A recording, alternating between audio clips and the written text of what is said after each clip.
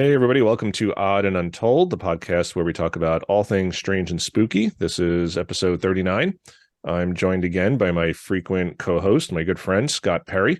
And this week, we're doing something a little different. We're going to just talk a little bit about some other paranormal podcasts, some other YouTube channels that we like that deal with the paranormal that we really enjoy. Because Scott and I are always kind of talking about this stuff off air. And Scott, we were just saying off air, Scott sends me a lot of YouTube links and podcast links or just stuff that he thinks I would really be interested in. And I've started listening to some of them. I was behind on so much, but that's what we're going to talk about today. So, Scott, thanks for coming back on. Oh, good to be here. Always glad to have you. We have so many good conversations. So I'm going to throw it to you at first. I know you listen to a lot more podcasts than I do, probably watch a lot more YouTube channels than I do, though I am catching up, hopefully. So, yeah, let's start with you. What are some of your favorite podcasts that you listen to? I've been through probably 100 of them. Over the years, kind of weeded out, stuff that I kind of lost interest in, or it didn't follow. They went a different direction than I was interested in. But I got a handful of good ones that are definitely worth older established podcasts, and there's a couple new ones that have come out that really have piqued my interest. Your last guest there from Alaska, she was on part of Small Towns Monsters as well. This young man, he has a podcast. It's called Subartic Sasquatch. His name is Fred. He was actually on that video too on Small Town Monsters, Alaska edition there. And Fred Mole, I believe his name is. He is he does most of them from his car. But I found him to be it's just really interesting. And all he's doing is he's sharing stories. I believe he's had an encounter himself. But he's boots on the ground, always out there, and his videos that he shows are just absolutely breathtaking Alaskan scenery. He's right out there filming it. And if you like the cold and the snow, it is pretty, but I'd rather see it on TV than actually be out in it. But what I've found about him, he's as no nonsense, low tech as you can possibly be, and he'll work hard to try to get a lot of stories from like the Inuit people who are very afraid to come out and say anything, and he often has to change their names because the folks are still very skeptical. They don't want to take the ridicule. But he just recounts the stories, that he had heard. And like I said, his is low tech, but it's so interesting. And I found his stuff to be just, it's a kind of a breath of fresh air because just how the way he does it. That's my newest one. Like I said, that's Subarctic Sasquatch and Fred from Alaska. Of course, my favorite is it's America's Creek Devil. Now he's changed the name a couple times, but Will Jeffrey's site. And a matter of fact, that's how I learned who Fred was from Alaska because Will had him on and continues to have him on from time to time as a guest on there. And Will is he's got he's been at it a long time. He's got a lot of sources, he's got almost 50 years, I guess, in researching these things. And he's got a lot of credible sources, has a very good panel that he has on there for his discussion. They'll do their encounter stories. They'll do what they have like campfire talks is where they'll get onto more of the scientific side of, what these things could be. He does have a paleontologist. He does have a lady named, what's her name? She does a lot of the scientific part of it, an anthropologist. Her name is, oh boy, what's her name? Speech right here. I'm just going blank. Well, anyway, she does a really nice job of explaining. They do a lot of comparison, to primates and what, the differences and similarities are between the characteristics of what people see these things do and how they act. So her name's Forrest. I'm sorry, that's what her name is, and they have a really nice podcast, and he has 2 or 3 shows on a week usually, and just really good stuff. Really good, interesting. Not far fetched. Crazy stuff.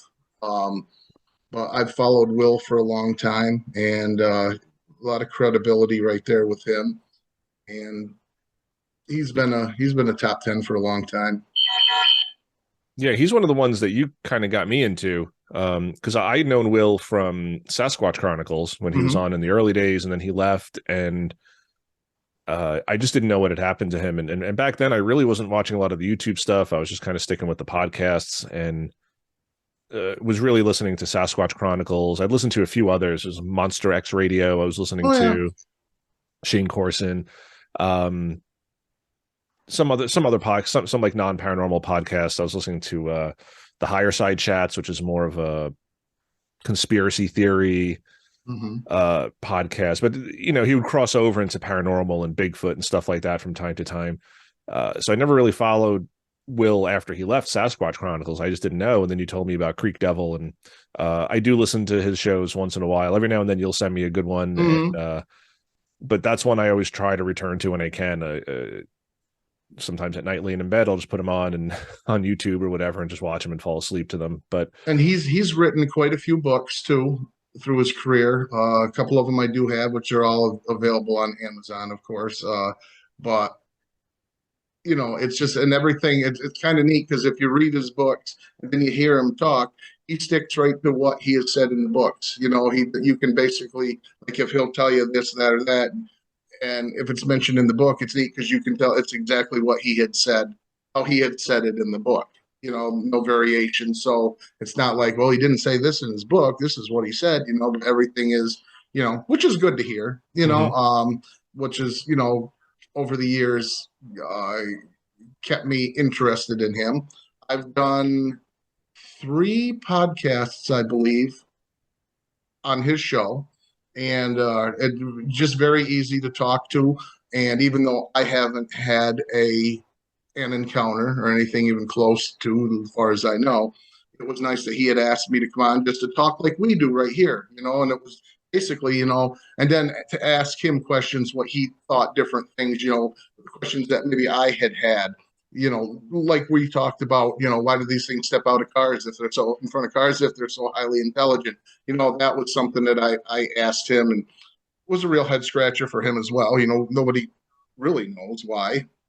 You're supposed to be more cognitive than deer, so you wouldn't think that they would just in the middle of the back road see it come and step out in front of you. But nobody really knows, obviously, what the reasoning for that.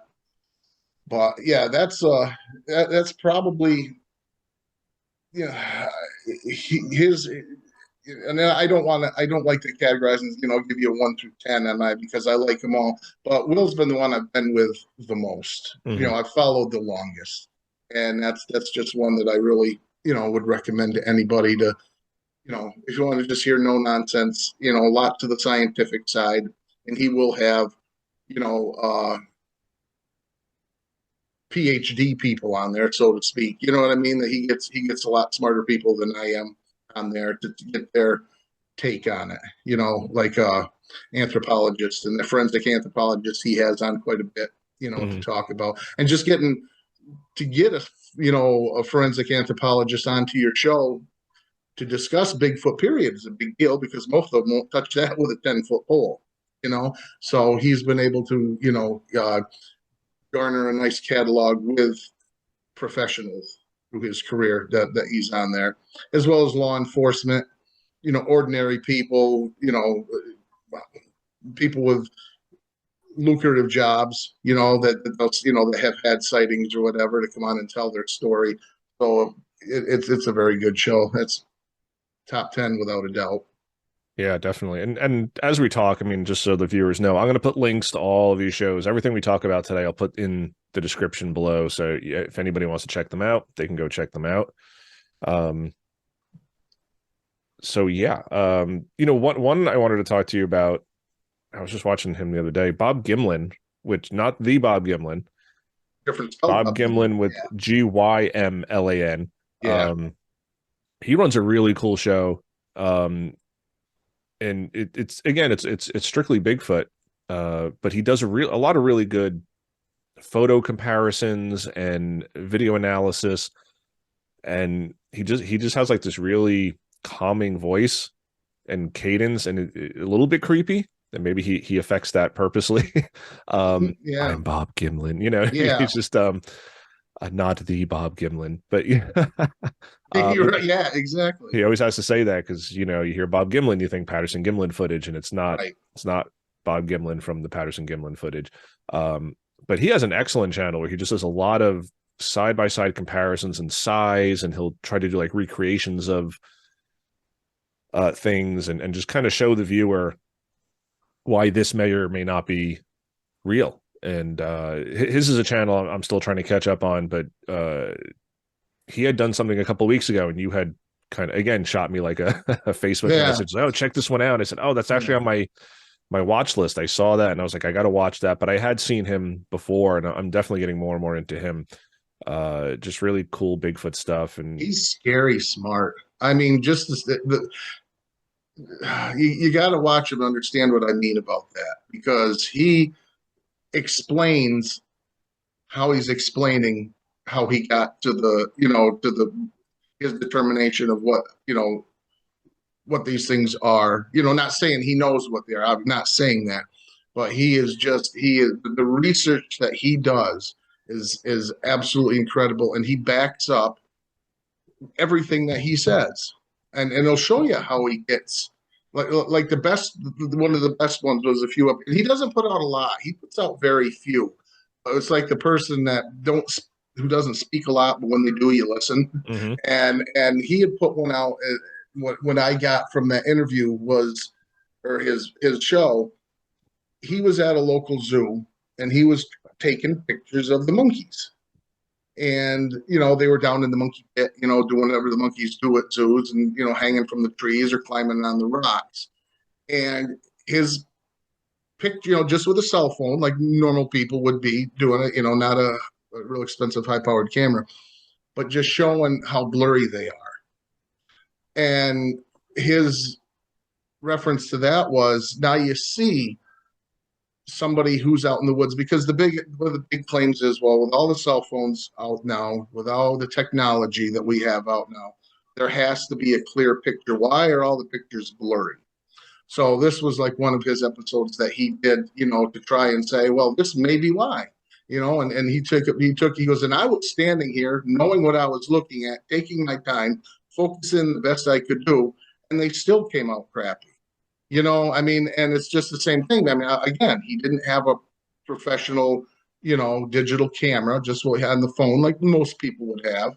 And that's not putting in that, if you see something, and a lot of times people won't even think, they'll have the cell phone in their hand and won't even, think to take a picture of it. And when they do, you got to turn it on, you got to wait for it to do its thing, blah, blah, blah. And then you got to hit the button for camera and make sure you don't hit the wrong button. It's not as easy as just, you always have a camera that's at ready every single second to take a clear picture. And just how he presented that in his, in that video was like, exactly, and it makes a lot of sense. And it's, like I said, I'm glad you brought him up, because that is, again, a very, very top-notch show that he does, and very smart, extremely smart. I mean, you'll get that with any episode that he does, just how he explains and comes to whatever conclusions that he comes, and, using the methods that he uses to figure it out. If I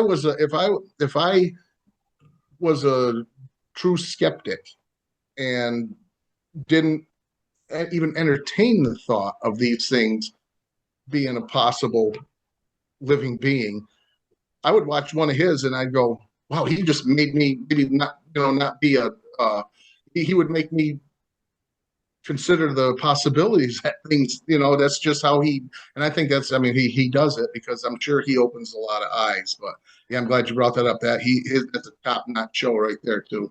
Yeah, he's very meticulous, and he's very he's not trying to tell you like this is Bigfoot. He's just kind of saying, here's a picture, here's a recreation, here's the size comparisons. If this thing were here, here's the same tree, here's the same rock, here's, if this thing was here, it was this big. It couldn't be a man in a costume because here's my friend down in the photo and he's 6 feet tall and he's in the Right. exact same spot. And this thing is clearly not only taller, but wider. And again, he's not saying that is definitely a Bigfoot. He's just No. saying whatever was there, if it was real, uh, it was very big. And it's, Yeah. like you said, it opens your mind to the possibility. He's not trying to convince you that, yeah, this is definitely Bigfoot. Because there are some, I'm not going to mention names, but there are YouTubers out there. There are people out there Oh, who try to, enhance every image and they run it through Photoshop and they have to turn up the brightness and the contrast and they zoom in and they, big red circle. they draw circles and oh look, here's an Yeah. eye and here's a baby Bigfoot and here's this and here's that and they're trying to convince you that this is a Bigfoot rather than just trying to clean it up a little bit to say, hey, now you can see this better. Right. But they blow it up and they try to tell you, now instead of one Bigfoot, there's 12 Bigfoot and look Yep. at all the Bigfoot in the forest watching and it's carrying a baby and it's On the hip. ridiculous. Yeah. Where some of them go and he's very meticulous, like you said, very bright guy, very smart, but is not trying to convince you of anything. He's just trying to say, here's my analysis. You kind of take from it what you will. So I Yeah. And really though I do wished he'd stuff. do more, but he puts so much, Time and effort thought into and everything. emphasis, a lot of effort, so much research to give you what he gives you that, that's why there's not more of it. But I mean, that's whole understandable because I'd rather have him do a show a month or every 2 months and be cranking something out, weekly that, that it's not, he's not a storyteller. So that's why he, gets what information he has and he takes his diligent time to put out a decent show whenever he's done. And his illustrations, that's another thing. Whoever does his illustrations, and he has said that, but it's I just watch really illustrations alone because of how they, it's whoever he has them. He's a smart guy surrounded by smart people. Yeah, definitely. Definitely.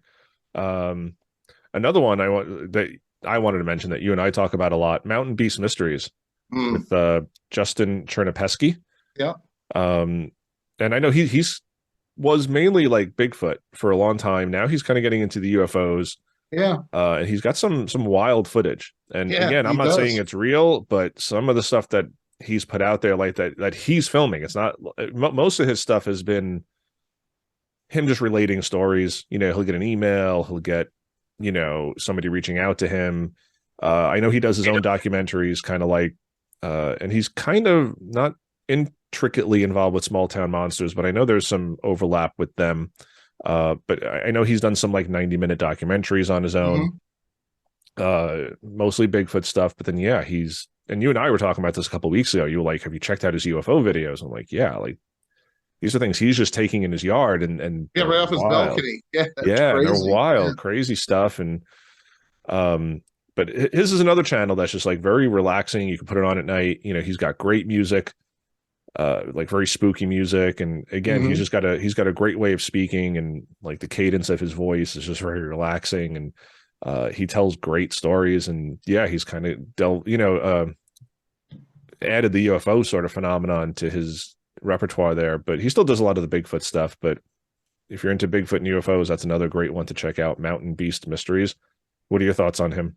I know we. I started watching him quite a few years ago, and he did a lot of like solo investigations, whether it be solo or just by himself. And he did a lot out in the area there where Les Stroud did his investigation there with Pod standing. yeah, and he did a lot of, he does a lot in the boreal forest and that type of thing out there in Western Canada, Vancouver Island and inland, a little more than that. But and then he's not out there trying. He's almost, I would say, he's almost a skeptic because I mean he don't know if these are real. He's never seen one. He's just taking the accounts. But it's enough where he'll go out there and do solo camps. I mean, miles by himself out in the middle of nowhere, and it's just how he conducts himself. And I've seen him out there. It was knee deep snow. and he's out there, I mean, literally 30 miles away in the middle of nowhere, overnight camping just to, see if he gets anything. And his was, it's just I guess, just the adventurous spirit that he has, is really infectious and enjoyable to watch, and just how he carries himself with the subject. And, he has some pretty smart people around him. Being one is he has a world renowned taxidermist who had actually done a taxidermy recreation of what Patty would have been. His name's Ken Walker. Mm-hmm. And Ken Walker, I mean, he again, he's a professional. At one point in time, laughed at the Bigfoot notion, but as more people that he got to know in his business, credible people, were coming in and giving him these stories. And he actually had a couple weird things happen to him himself. But that was neat to hear, on Mountain Beast Mysteries when they had Ken Walker. Like I said, again, this guy is a world-renowned taxidermy guy. He's some of the best things there. You should see the work that he does. And he's no nonsense, tells you like it is, and very reputable guy. So that was like another nice person that, to have on your side when you're doing stuff like Mountain Beast Mysteries.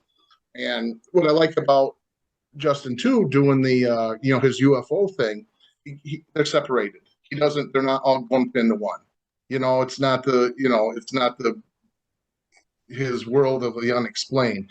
He does the Bigfoot and then his UFO stuff. And he's even got other channels that he's started for the UFO thing that you can be a paid member to, or for that. I just stay with Bigfoot because I can only handle one crazy thing at a time myself. But yeah, you're absolutely right. Mountain Beast Mysteries is definitely one to have on your, in your favorites list to click on. Because he's another one. And I think you mentioned, he doesn't come in and say this is Bigfoot, or, he'll get an email and say, look, I don't know if this guy's telling me the truth. I'm just telling the story as he wrote it. And you can make up your own mind. There was one I'm thinking in particular where he got this email from some guy who claimed to be an Army vet who was at Mount St. Helens when it exploded, and apparently there were Bigfoot bodies, and there was a family that they rescued, and the female of the family was mortally wounded, and the father of the family, of this Bigfoot family, was talking to and he's telling this story, he's just telling the story as the email came to him. And again, he keeps giving disclaimers of look, I can't vouch for this guy. It's an incredible story if it's true. It sounds a little too good to be true, but so he's very I like that. I like when they don't just jump in and, here's a definite Bigfoot story. I'm going to read this from some rando anonymous person who emailed me, and I'm going to take it as truth. And so I always appreciate that when they take that step back and just say, I'm just presenting the story as it was told to me. You guys make up your mind about it. And he's very good with that. I'm glad you just brought up that Mount St. Helens / Bigfoot story, because it's, there's been not just the Mount St. Helens, but Bigfoot apparently trapped in wildfires and all that. And there's tons of stories, different stories, which makes me kind of giggle, because you have the people out there that think, that these Bigfoot are clairvoyant. Okay. And if they had that kind of, and they're they're the masters of nature, the big brother of the forest, the keeper of the forest. If these things had that ability that some people think they do, they wouldn't have been anywhere around Mount St. Helens when that thing erupted. They would have been gone, because they wouldn't have been, that I don't think of volcanic, even though some animals were, it did wipe out a ton of animals. But, listening to folks who think that these things are so in tune with nature, if that was the case, there would have been, they wouldn't even been around. They would have been on the other side of the mountain, you know what I mean, or out of harm's way. So none of them could have been, caught in that. And the second part of that, again, getting back to Will Jevning, he's retired military. Will Jevning was in the Army. And he was, at that time, in 1980, when Mount St. Helens erupted, he was active duty in, I believe it's Fort Lewis, that was out there on the West Coast. I may be wrong. I'm not really good with all my military base names. But he was stationed there, and he did reconnaissance runs on helicopters in there looking for survivors, trying to get people out, taking pictures. You know, right when the smoke was still in the air, he was flying around there. And he had even said, he goes, I'm here to tell you now, there was no legitimate reports of any Bigfoot ever being caught in the blast or bodies recovered or any. Because he even said, he goes, you know, with the military that was assigned to that day and that whole time period when Mount St. Helens blew, everybody on the base knew that he was a Bigfoot researcher then as well.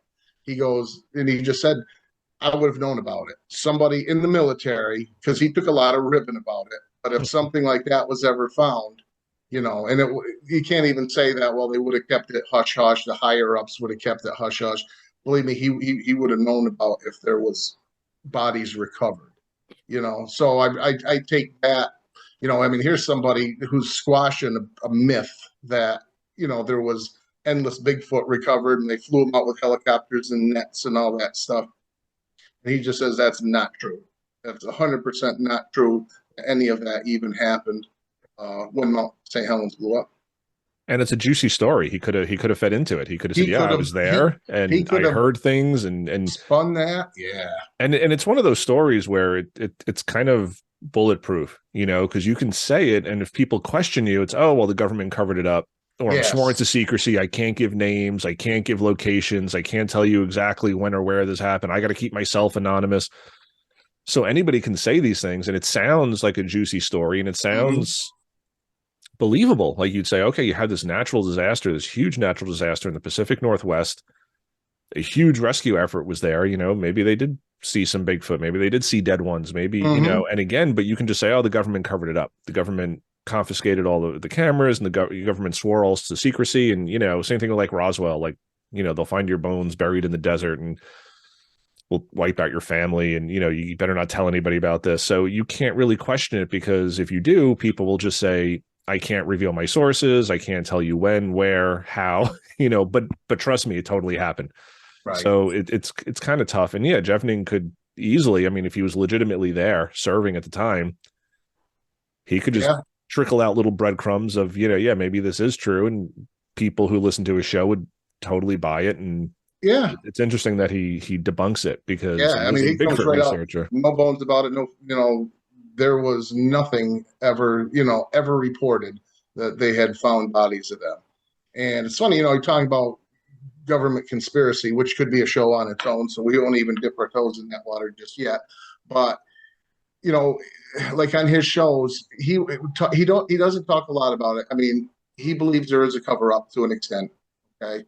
But he doesn't preach it. They don't have a whole episode devoted to government cover-ups and everything, but obviously he has some pretty credible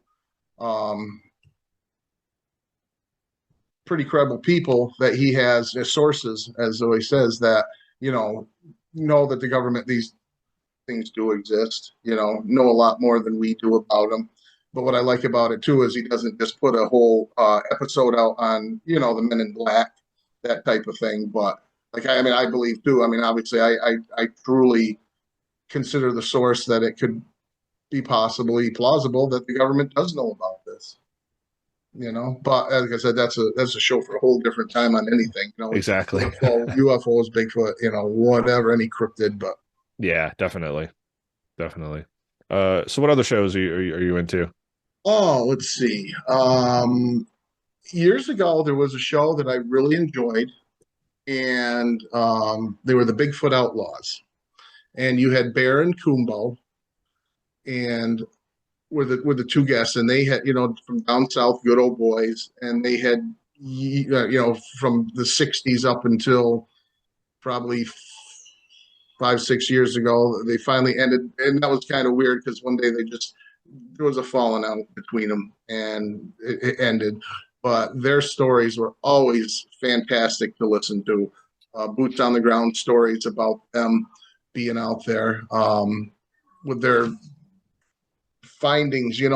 Findings that they had were just you listen to what, how they said these things acted that they had seen, and it made a lot of sense. And you could make a mental picture of these things, how you'd figure, how do they do this? And they would tell you what they had seen and how they do it. And it made sense. But it was Bigfoot Outlaw Radio. That was a fantastic show. I'm going to say 10 years ago. And something happened here within the past 5, 6 years where they ended up disbanding for whatever reason. I don't know.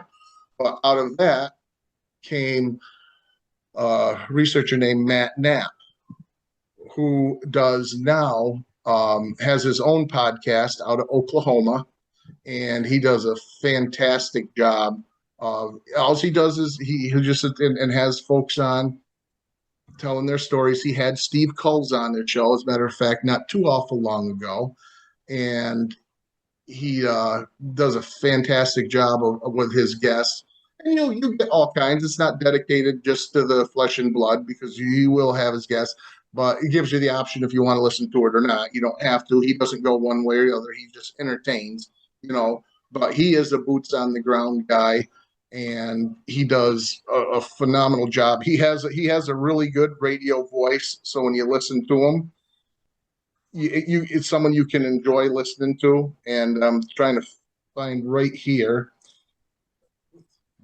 Boy, it must be staged right here, because trying to remember his name of his podcast, Bigfoot Crossroads. And his name's Matt Knapp. He's the host of that show, and he was involved with all the Bigfoot outlaws at the time down there in Oklahoma and Texas, and had a lot of wonderful stories that they brought out down there. And also he's interested in UFOs and that as well. So he's very, very enjoyable host to listen to, with a lot of credible guests that he has on there. Very nice show that I've followed since he started that podcast. But that's definitely a thumbs up on my part here. I wasn't prepared. I should have done what you did, wrote a list, but I'm gonna. But yeah, that's definitely one to listen to, because he does a very nice job.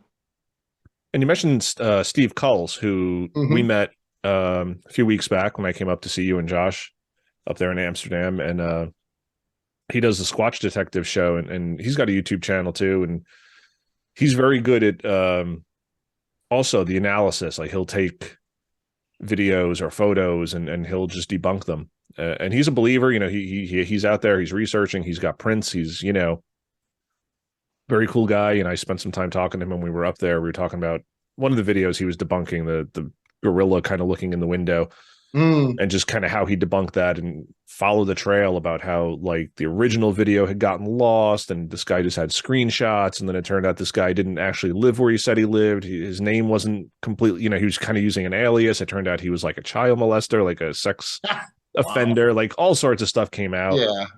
And I just appreciate that Steve does those deep dives too. Like, he's a believer, but anything that comes across his desk, he really analyzes and takes a deep dive into and scrutinizes. And I don't always agree with him 100%, which is fine. We don't have to agree with everybody. No, but he's honest. On everything. He's honest and truthful in what he's honest. He's truthful, table. And he's true to himself. And again, from someone who has devoted his life to this and spends many, many hours in the woods every week, he debunks way, way much more than he accepts. He is very good about just looking at something and right away picking out what's wrong with it and why this is fake. And, right. I follow him on Facebook too. And it's just, you got to see some of the comments from people who just want to believe, and they'll yell at him and how dare you say this? And he's like, I'm just pointing out something very clearly fake here. And yeah, like kind of like what Josh was talking about a few weeks back on our, paranormal belief show. If all of the little aspects of it are fake, then your conclusion, it's got to be fake. Like, it doesn't really stand up to scrutiny. So I do like that about Steve. So yeah, I do Watch too. Detective. He does a nice job. No nonsense, right? Not arrogant. Doesn't come across as knowing more than he thinks he does. He's very middle of the road.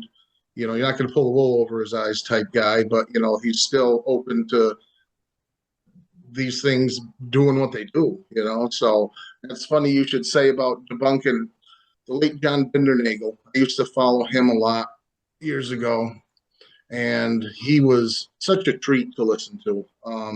He was one of the very first academia, you know, to come out and not worry about what his peers were going to think, because he would say that it's very plausible and highly probable that these things did exist.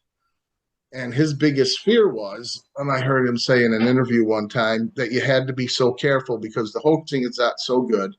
And I'll never forget what he said. He goes, as soon as I go to say, all right, I'm going to tell you that's the real deal, then you're going to have someone come and go, ha ha ha, we got you. This is what we did. And you know, he said it just like that. And with Steve doing what he's doing, you have to be like that. You have to be cynically skeptical, because it's going to take is for somebody out there to sit there and say, this is what we got, and then someone just come out and say, you know what, it's not, and here's how I did it. And that happened to up in Vermont. He's a researcher. He's been doing it for a long time, but he had taken a picture of what he really thought in his heart thought it was one of these things, and it turned out to be a porcupine, I guess. And he took a lot of flack, and he took more flack than he should have, because he's just a wonderful researcher, and the time and effort that he puts into it is absolutely incredible. And all it's take is in one slip like that, and then you're done. You know what I mean? Your credibility is end up going to be shot, and the Bigfoot world is so cutthroat. That's, you know, everybody's waiting Yeah. for someone to make a mistake.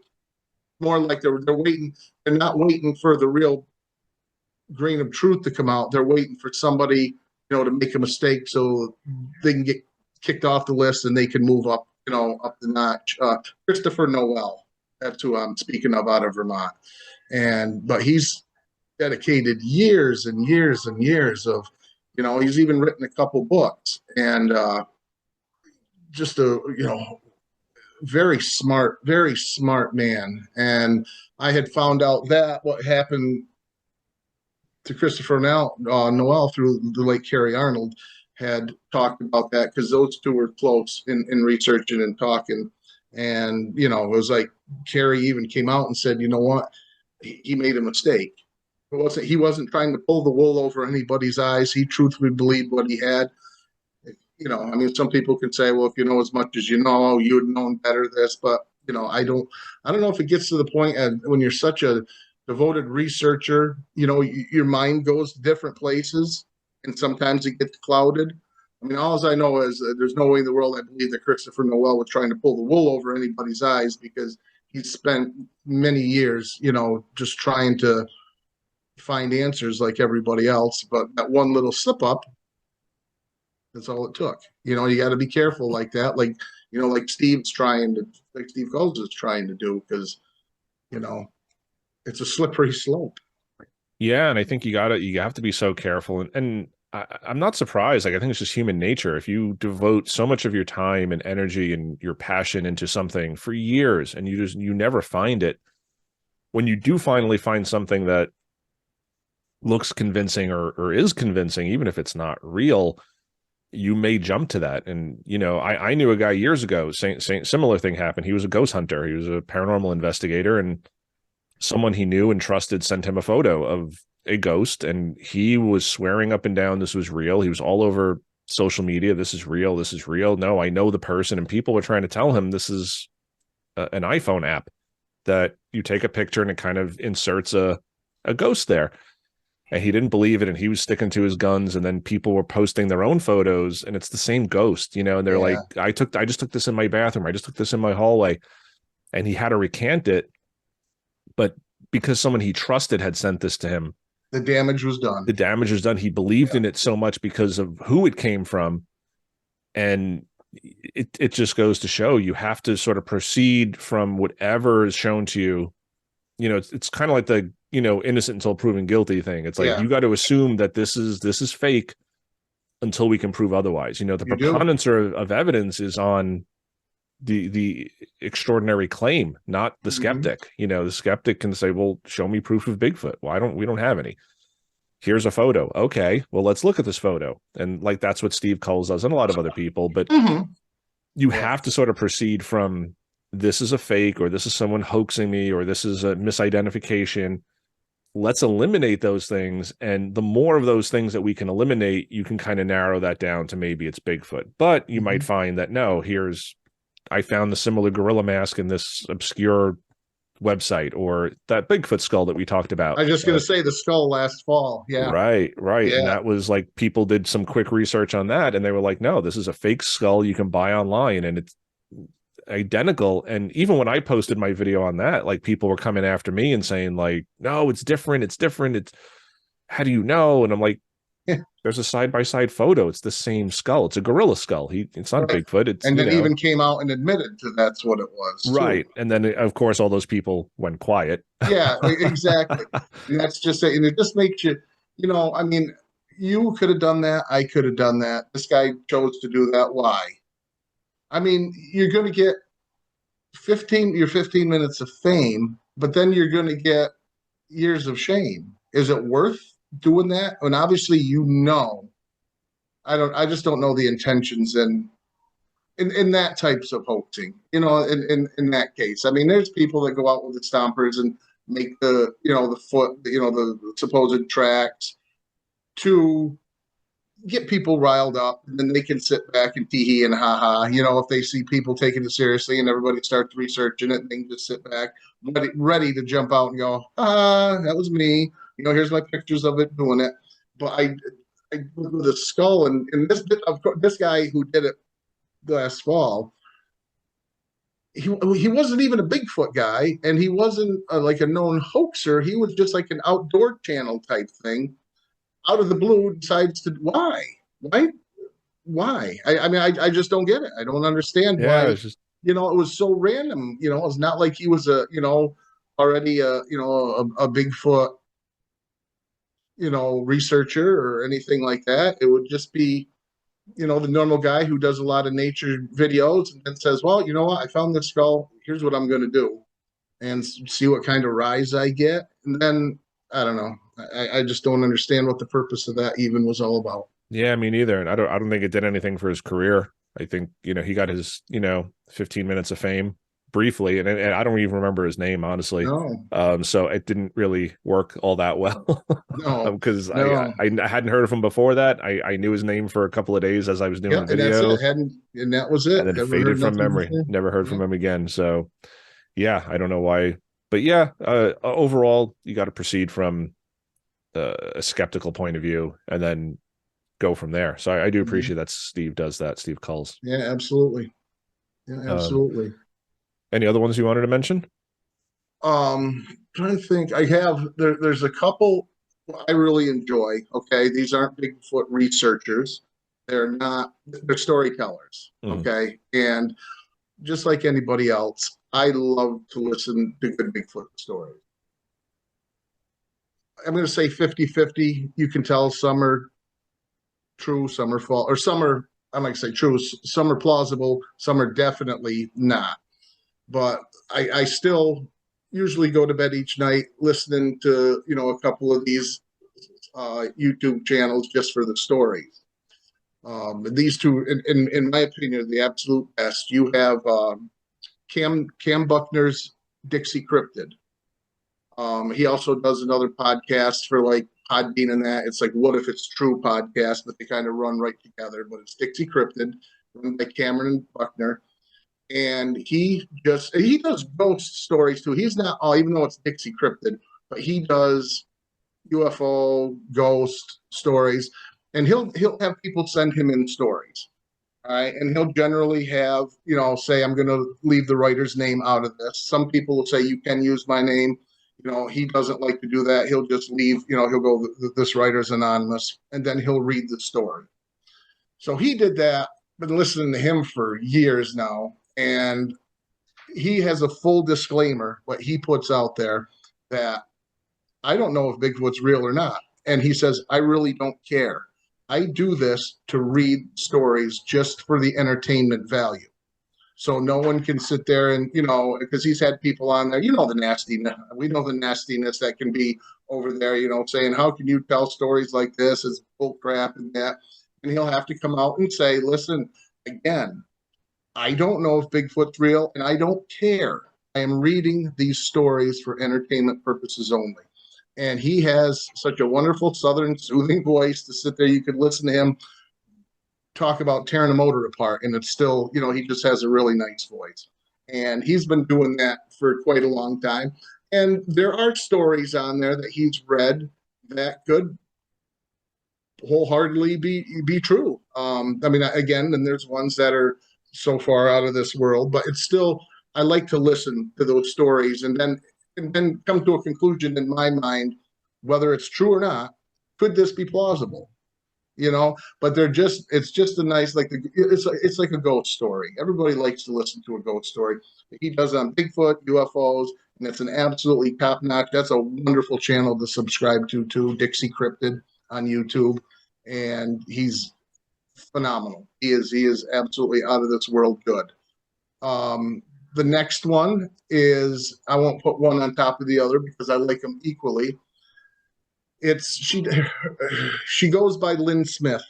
That's not her real name, but her name on YouTube is Lynn Smith, and she does a couple channels. She does the Bigfoot Project, and let's see the other one she does, and she does the same thing. Only she will read historical reports out of not just, but a lot of historical reports out of from the past, even back in the 1800s. The history of Bigfoot. And she'll read stories that I have heard told before by different people, and they're word for word the same. So Bigfoot Case Files, she does, and the Bigfoot Project, she does as well. There's two of them. And there's just narrated stories. She has a absolutely wonderful voice, too. And what got me about this lady, very rarely, and she'll read a story that's 25, 30, 40 minutes long. And I can't even count on one hand how many times she's doing it live. Or not live, but she doesn't, I don't think she does a lot of editing, but she doesn't stumble in her words like me, like right now, obviously. But she just reads these things right off and has just a wonderful voice, just a gem to listen to as well. Oh, she's another one of my favorites. Her and Cam are, for just enjoyable Bigfoot stories.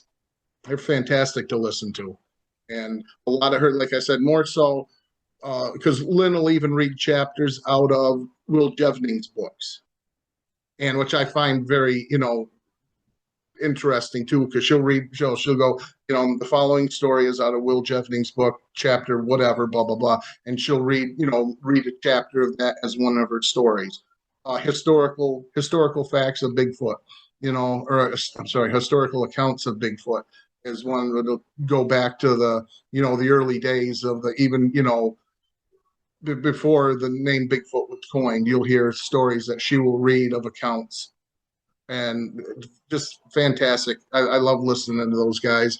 Like I said, and that's something where it's just stories, but they could be true too. But like I said, just like if you enjoy a good ghost story, that's something awesome to listen to. Yeah, Dixie Cryptids, I've been listening to them a lot at night. I fall asleep, because it is, like you said, just very relaxing. He's got that southern drawl, and yeah, but it's just listening to Bigfoot stories with, a fire crackling in the background, or a stream, or wolves just howling in the background. Howling. Yeah, it's just a cool thing to put on and listen to. And he's got some of them that just go for like 6 hours or 8 hours. Like, yeah, it's great to just put on YouTube at night, and it just gets you all night. It doesn't stop. It just goes all through the night. So yeah, he's got a good channel. I haven't listened to the other one yet though, so I gotta check her out. Like I said, it's Lynn Smith, and it'll be the Bigfoot Project, and she has the other one there. But it's both of those channels are wonderful to listen to as well for just good old fashioned storytelling. And it's like I said, neither one of them obviously stumble with their words like me. I can't talk here 4 minutes without getting tongue tied or forgetting something. But Um, Definitely recommend both of those. Yeah, there's two others I wanted to talk about that were probably not on the radar as much. There's one, it's called Bedtime Stories, and it's from England. It's a YouTube channel. It's pretty much audio, but they have illustrations that go along with their topics, and they cover everything. They do ghosts, they do cryptids, UFOs, they'll do true crime, they'll do just random unexplained mysteries. So anybody who's into anything in that umbrella of paranormal, of UFOs or ghosts, Bigfoot, like I said, Mothman, any sort of cryptids. Each episode's about 20, 25 minutes. My son and I watch it all the time, and they release usually once a week. So she's got narration, very, very calming narration. And again, it's great for listening to it at nighttime, but it's all true stories. Again, a lot of things you'll have heard about. So it's a lot of missing 411 type stuff, or Mm-hmm. the Roswell or Rendlesham Forest UFO incident, a lot of the well-known Bigfoot stuff, but it has these really awesome illustrations, and the narration is great, and they do a lot of great research. And again, what I like about them is if they do get something wrong, they will like repost the video, or they'll add that narration of like, hey, we got this wrong. Mm-hmm. Our viewers kind of wrote us in, and we were looking at the wrong source material. uh that is a great channel, just for all things paranormal, just a wide variety, and they got lots of different like subgenres that you could look into, whether you want to just listen to their UFO stories or their cryptid stuff or just ghost stories. Great channel. The other one I wanted to talk about, and I may have mentioned this one to you a while back. This one's not, it's not a Bigfoot channel, it's not a paranormal channel. It's the 46 of 46 podcast by James Appleton, and he was a 46er. He did the 46 high peaks of the Adirondacks, summited them all. And once he did those, he started doing, other shows about like the Northville Placid Trail, and hiking through there, and just hiking all other places in the Adirondacks. So I started listening to him mainly just because of Adirondack stuff. As you know, Mm. Josh and I, who's on the show a lot, we go hiking, camping up in the Adirondacks. So it was just, for me, it was like something to get away from the paranormal and Bigfoot stuff. It just and he does a great show. He's a sound engineer on his, as a career. He has his podcast as well, but he mixes in like sound effects and music, and he really is just a wonderful storyteller. And he brings you along on these journeys when he's hiking, Mount Marcy, or, any of the mountains of the high peaks, or he's on the Northville Placid Trail. But there was something I noticed when he was telling his stories, is that he would slip things in that he noticed on the trail, and he would never really say Bigfoot. He would never, especially in the earlier episodes. But one that really caught my attention was he was hiking a portion of the Northville Placid Trail near Cedar River Flow and Moose River Plains, and it was very, from what he was saying, and I don't know if I'm exactly sure this is where we camped, but from his description of where he left the dam and where he was hiking, it was right by where Josh and I camped. And he said he saw some branches that were like snapped, as if someone had pulled them down, but they were like 9-10 feet tall, very high. And again, he didn't really mention Bigfoot. He just said it was strange. Later on, though, in his show, he did start talking about all the Bigfoot sightings up there, and he became a little bit more open about talking about it on his show. And then around Halloween, he would do shows about Bigfoot, shows about ghost stories up in the Adirondacks, and he'd call them like the October sessions, and he'd have, Bigfoot in the Blue Line, and just really good shows. And again, even his non-Bigfoot shows, he'll mention Bigfoot, or he'll just have some random YouTuber on who hikes in the Adirondacks or camps in the Adirondacks, and they'll mention one of their stories. And that's how I kind of got into Dax Woods Wanderer, who's on YouTube, and not a Bigfoot channel. He just, he goes out and fishes, but he had a weird Mm. encounter, and he told his story on 46 of 46 podcast. And it's just, it's a great show. And again, if you love nature and you love just hearing about somebody camping and the occasional Bigfoot story, it's in there. And again, a lot of his early shows, there was even another show where he was talking about, he was going up one of the high peaks, and he got to the parking area at like 3:30 in the morning, and he gets out and he's putting on his gear, and he stops at the bathroom, and he's just getting out on the trail. Something big crosses the trail in front of him, and he couldn't see it. But it sounded bigger than a bear, and he's like very subtle. And again, early on, he wouldn't say the word Bigfoot or Sasquatch, but it was just, he was kind of alluding to it. And then Yeah, now he's kind of embraced it. He talks Bigfoot all the time, but it's really not a Bigfoot show, but right. it's a great show. And you can just kind of scroll through his episodes and you'll see which ones talk about Bigfoot or UFOs. And he'll have some other people come on and say, oh yeah, I had a UFO encounter in the Adirondacks, or here's a ghost story from the Adirondacks. So it's just another, not a strict paranormal channel, but something great for people to look into. If you just want like a really high quality, well produced podcast that is not really pushing an agenda, but does really subtly talk about Bigfoot in most of the episodes. And then he does have dedicated, like I said, like Halloween episodes. And then Hmm. sometimes throughout the year, he'll just have somebody on who does tell a Bigfoot story or a UFO story. And so really cool stuff. So that's one I would definitely recommend. 46 of 46 podcast. It's funny you mentioned the Northville Placid Trail. See, I didn't even know what that was. Uh, but a few years ago, there was a episode on Sasquatch Chronicles. Wes had a guy on who had an encounter on the Northville Placid Trail. And I actually had Josh listen to it when we at that time worked together. So that's how long ago this was. But when you see the river flow, Yes. that's where it was. See, what caught my eye when it was Northville, because we don't live far from Northville. And I didn't even know that was a thing, that there was an actual trail that went from Northville to Lake Placid. But whenever I hear Adirondack stories in episodes, I kind of perk my ears up, it gets my attention a little bit. And I remember telling Josh, and I might have even let him listen to the episode of someone had an encounter. There was he stayed in the lean-to. There's a lean-to there or something, isn't there? Because he was aware of what I was talking about. I didn't know what I was talking There about. is one where Josh and I camped. There was no lean-to. We just had a campsite on the lake, and there was apparently a lean-to a little bit further down the trail. And that's kind of how on this 46 of 46 episode, I kind of placed where the host was when he saw these tree breaks. Josh and I went looking for the lean-to. We walked maybe a mile and a half and we couldn't find it. We just said, at Mm-hmm. this point it's getting late in the day. We had none of our gear, all our gear was back at the site. We didn't want to leave it alone for too long. Yeah. And it was buggy, and we said, let's just turn back. Like we may never find, it may be longer down the road than we thought it was down the trail. So we just turned back. We never found that lean-to, but there is one there. Well, there is a on Sasquatch Chronicles, and I couldn't even tell you episode number. There is. He did have a guest who had an encounter or sighting on the Northville Placid Trail in the area of Cedar River Flow. And if you want to go through, that just popped back into my mind. But I remember that telling Josh about that because he had said, "Oh yeah, that's where we go." It was before I knew you, and he was telling me about that area up there. And so there is a documented sighting in that area that is on Sasquatch Chronicles, but it was so long ago. I don't even know if you could Google, just Google Cedar River Flow and Sasquatch Chronicles and see if you could get that one to come up. But it was still very interesting. Yeah.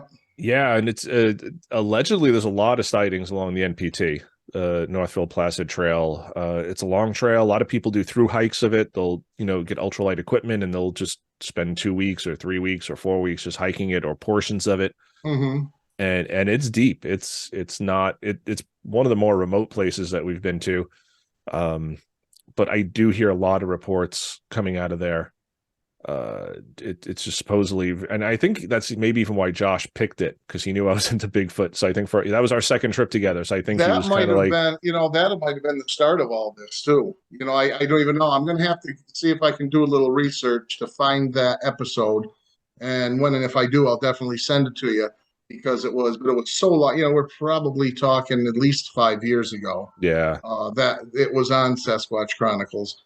But like I said, it caught my attention when I heard Northville, because we're not too far from Northville. And I mhm. never knew. I'm kind of ashamed to admit, but I'm not, I'm not an Adirondack guy. I mean, I live in the foothills of the Adirondacks, is what called right where we live, but I've never really been anywhere Oh, spent any time past Northville. Northville is about as far as, north. We have driven through the Adirondacks a few years ago with my wife and kids coming back from Alexandria Bay from the Thousand Islands. From Messina, we took all the way down. It was hours and hours and hours of driving, from the Canadian border down Route 30, because that would take the Route 30 that's right here in our town. If you keep taking that north, you're eventually going to hit Canada. Route Oh, 30. okay. It's going, but it's, you know, 40 miles an hour, 30 miles an hour, 55 down the 40. And it took us hours to get from Messina, all the way down to finally come home. And it just like it was never, I mean, it's just like, that's no cell service, nothing up there. It is just, that's wilderness, dense wilderness up there. Yeah, yeah, and so Cedar River Flow. I mean, that was when we had to like kayak in, like our truck, even from the main parking lot, was probably like 10 miles up the road, and then we had to Mhm. hike in another mile, and then we couldn't bring our gear in, so we had to go drive back to the ranger station and put our kayaks in there and kayak to the site. So Oh boy. pretty remote, and yeah, I could see, especially when Josh and I continued on the trail. We went past our campsite, and the trail gets real primitive at points and real narrow, and to use a tired old phrase, just squatchy. Just like Yeah, you yeah. could just see like there's nothing out here. There's no other trail. There's nothing. So you could totally see something living out there. Oh, absolutely. If anything wants to stay hidden out there, that's the definite place to go because, like I said, when we came through there, I just remember uh, we kept coming up on these signs for Saranac Lake, Hmm. and I swear to God, we kept would say Saranac Lake 20 miles. We'd drive for an hour, it would say Saranac Lake 19 miles. And we just kept going and going. We get, it was like 45 minutes later, it would say Saranac Lake 22 miles. It's like, are we in the vortex here? I mean, it was just to the point because the kids were younger and we just wanted to get home. And it took us like 6 hours to get home, from up there back down to here. I mean, it was a nice drive, I guess, but it wasn't we weren't prepared to spend that much time. What took us 3 hours to get there, 6 hours to get back home, so it was we hadn't prepared for that, but the desolation and isolation and just dense thick woods up there is just, I get it. Yeah, people again, they don't realize, you hear New York and they don't think Adirondacks. You're not thinking about how much wilderness really is up there, how dense it Right. can be, how remote it can be, how very few people live in a lot of those places where you could just go days without seeing another person, seeing another car, seeing a plane. It's just it's wilderness up there. Yeah, So it's if something wants to hide on the East Coast, that's a great place for it to hide. well, we had I mean, just when we went up there a couple years ago, when we had that little camp out, the three of us there, Hmm. I mean, not that far from my house, but it's far enough where there's no cell signal. You don't have to go very far. And, even that's not what you would consider desolate. But it was pretty lonely up there where we, did that night, so Yeah, not hard to imagine something walking out of those woods where we were, even though there was a no. road that cut right through it. It was roadside camping.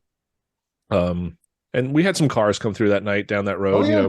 Mostly kids just driving through with their music loud and stuff. But Which is kind of creepier than if it was a Bigfoot. yeah, I mean, it's honestly, just yeah. the human beast scares me much more, I think, than Bigfoot would. Reading those stories. Like there's another, and you're talking about a podcast that really doesn't, pertain to Bigfoot. I've started enjoying one that's missing persons mysteries, and the guy who does his name is Steve Stockton. Hmm. And he'll have some things on there, possibility. Some people think it might have been Bigfoot, and it's just the disappearances in the national parks. From the Adirondacks all the way out, to all the national parks. The Appalachian Trail, all those, and it's very that boy. That's just another thing we could probably do another talk just on missing persons. Just the weirdness. Just they're there, they're gone. Weird. Scary. Yeah.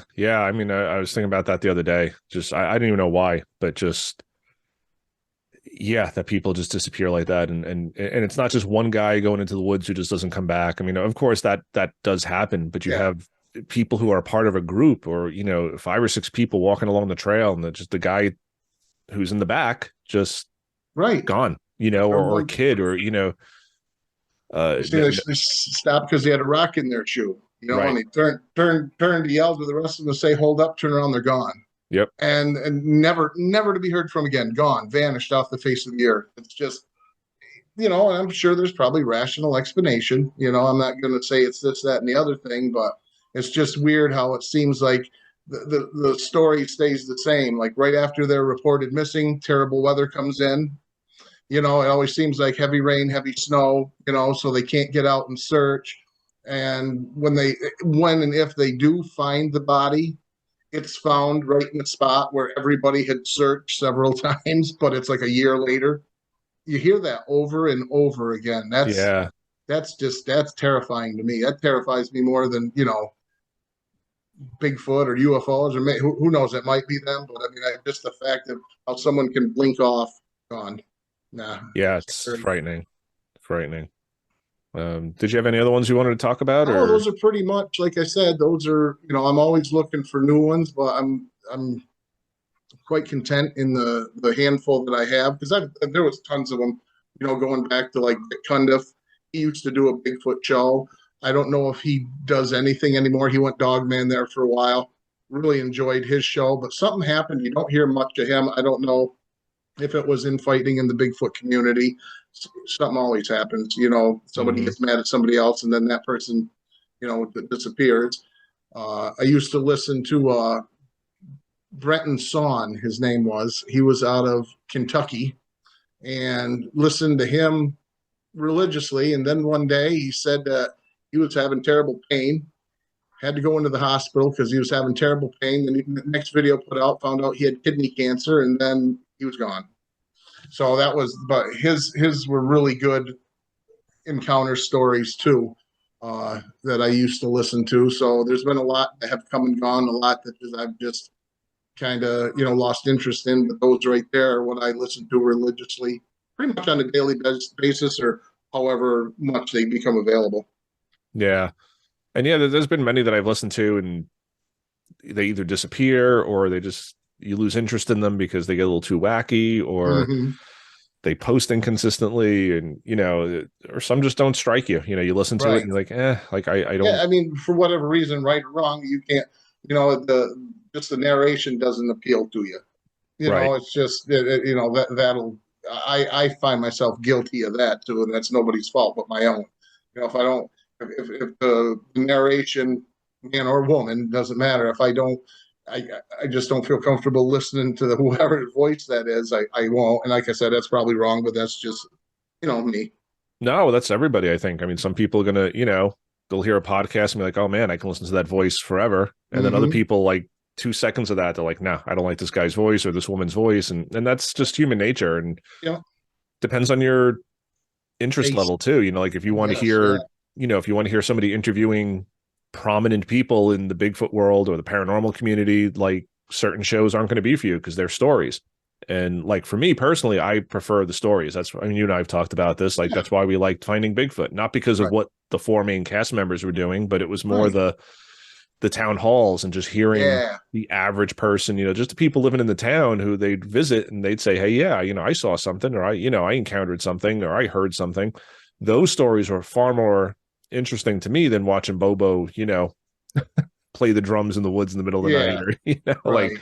nothing against Bobo or any of those guys. But No, but for me, it right, the was all town about hall the, was always good. I wanted to ask you too. Have you ever listened to Shannon LeGros? Did she do Into the Fray, Shannon LeGros? she does Into the Fray. Yeah. Have you? I haven't. I mean, we were talking about like voices. I always when she was on Sasquatch Chronicles, I could listen to her. She had a good, in my opinion, a good speaking voice. But I haven't ever really listened or got into the fray because it was more or less stuff that I believe I wouldn't be interested in. A kind of that Yeah. subject really didn't.